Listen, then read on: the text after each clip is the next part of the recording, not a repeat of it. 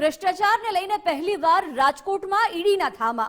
ઈડીના director Pramod Kumar team સાથે રાજકોટમાં પહોંચ્યા. પૂર્વ ટીપીઓ મનસુખ સાગઠિયાની 2 દિવસ પૂછપરછ કરવામાં આવી રહી છે, ત્યારે સાગઠિયાની સંપત્તિને લઈને પણ ઈડીએ પૂછપરછ કરી છે. મનસુખ સાગઠિયાના બેંક વ્યવહારોની પણ તપાસ કરવામાં આવી રહી છે. સાગઠિયાના વહીવટદાર સુધી પણ તાર પહોંચી શકે છે, તો સાગઠિયાની તપાસનો રેલો બિલ્ડર લોબી સુધી પણ પહોંચી શકે છે. મનસુખ સાગઠિયાની તપાસ હાલમાં થઈ રહી છે. વિગતો સાથે સંવાદદાતા રહીમ જોડાઈ ગયા છે.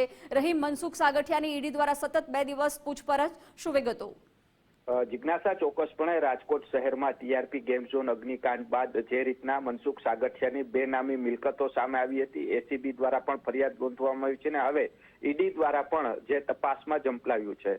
કોર્ટ પાસેથી મંજૂરી લઈ અને જેલની અંદર જ મનસુખ સાગઠિયાની 2 દિવસ સુધી સતત પૂછપરછ કરવામાં આવી છે.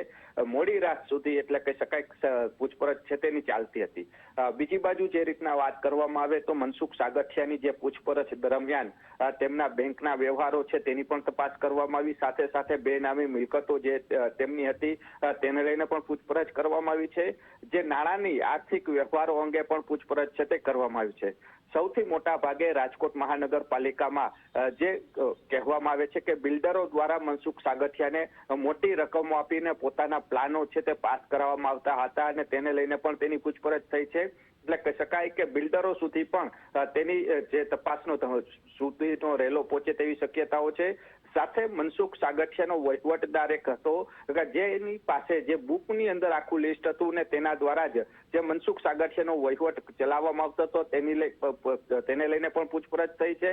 એટલે કહી શકાય કે આગામી સમયમાં હજી પણ ઈડી દ્વારા મનસુખ સાગઠિયાને લઈને મોટા ધડાકા થાય તો પણ નવાઈ નહીં, કારણ કે મનસુખ સાગઠિયાની બેનામી સંપત્તિ જપ્ત કરવા માટે તો કાર્યવાહી થઈ રહી છે, પરંતુ મનસુખ સાગઠિયાને જે લાંચ આપનાર વ્યક્તિઓ છે ત્યાં સુધી પણ આગામી સમયમાં રેલો પહોંચી શકે છે. જી જિજ્ઞાસા. બિલકુલ, રહીમ જોડાયેલા રહેશો, વિગત મેળવતા રહીશું.